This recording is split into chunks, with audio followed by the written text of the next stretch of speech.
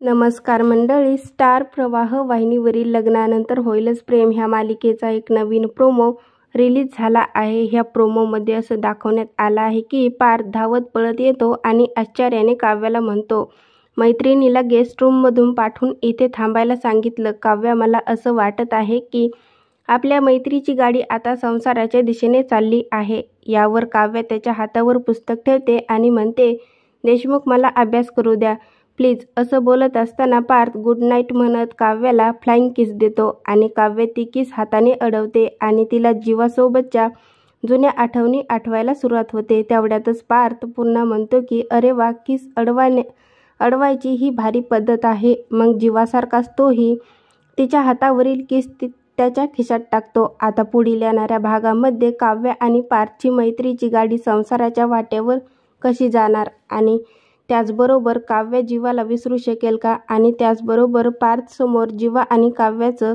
Affair उघड होणार का, हे पाहणं खूपच मजेदार ठरणार आहे।